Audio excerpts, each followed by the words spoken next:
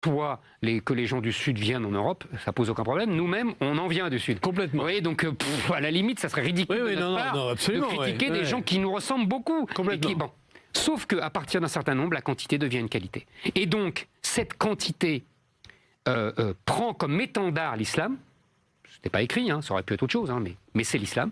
Et cet islam est en train de coloniser l'Europe chrétienne. Pourquoi j'appelle ça coloniser? Parce que, pour une raison simple, qu'est-ce qu'un immigrant? Un immigrant, c'est simple, c'est un type qui vient et qui dit « Mes enfants ne seront pas comme j'étais moi, mais ils seront comme ceux qui sont où je suis arrivé. » Vous voyez, c'est à Rome fait comme les Romains. Alors, on me reproche assez, on donne des prénoms français à ses enfants, on habille ses enfants, on veut qu'ils soient bons à l'école pour qu'ils puissent acquérir la culture. Tout le début de votre bouquin. Voilà. Comme on faisait avant.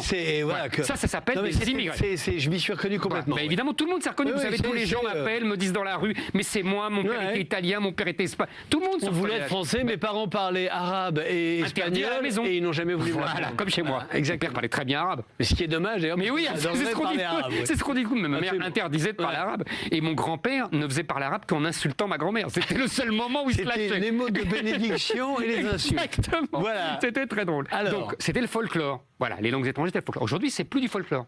C'est-à-dire, aujourd'hui, les gens viennent et ils vivent comme au pays. Ils intègrent non pas un pays nouveau, mais une diaspora.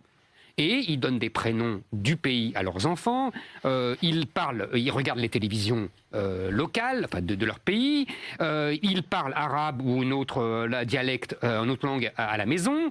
Vous voyez, tout ça. Donc pour moi, ça s'appelle un colonisateur. Il va se faire un État dans l'État. Exactement. Et petit à petit, cet État dans l'État va manger l'État qui est l'État. Vous savez que vous, sans le savoir ou peut-être en le sachant, vous avez repris la formule de Richelieu, l'État dans l'État. Et Richelieu trouvait ça intolérable et il l'a fait payer très cher aux protestants parce qu'il les accusait d'être un État. Mais sans insulter certains, dont certains sont nos amis, les arabo-musulmans qui sont en France, comme j'insulte personne. Insulter, mais est-ce qu'on ne peut pas leur faire comprendre ça, que en fait, la France est un pays laïque, ce pays que nous on a aimé, est un pays où il y a une chose qui m'a beaucoup frappé d'Angers à un moment, vous disiez, à mon époque on disait pas kippa, on disait calotte. Et ben moi je me souviens qu'on disait calotte. Mais évidemment. Aussi. Sans insulter cette communauté, pourquoi ne pas leur dire entrez dans nos règles, faites que la France soit plus riche encore, car vous leur apportez une culture, mais en respectant celle que vous avez adoptée. Mais c'est même pire que ça. Moi, je leur dis, parce que j'ai des gens avec qui je discute et j'ai des gens qui m'écoutent et avec qui on échange. Moi, je leur dis, mais vous êtes venus ici justement pour quitter les défauts de la culture arabo-musulmane. Et vous avez bien raison, parce que, vous savez, on dit toujours le christianisme a un problème avec l'argent, le catholicisme a un problème avec l'argent, le protestantisme a un problème avec le sexe, vous savez, toujours ce qui est en partie vrai, en partie faux, peu importe. Et l'islam a un problème avec la liberté, en vérité. Parce que ça ne veut pas dire soumission pour rien.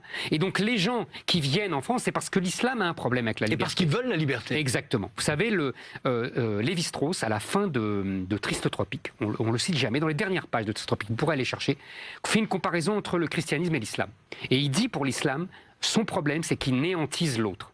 C'est qu'il ne supporte pas l'autre. Et quand on dit l'autre, ça veut dire le non-musulman, ça veut dire la femme, ça veut dire l'étranger. Vous voyez, c'est tout un ensemble. Bon. Donc ces gens-là, ils quittent les défauts de la civilisation arabo-musulmane. C'est pas pour les retrouver ici. C'est même une folie pour eux. Donc plus ils viennent ici et plus ils détruisent ce qu'ils sont venus chercher. C'est un paradoxe incroyable. Quand vous parlez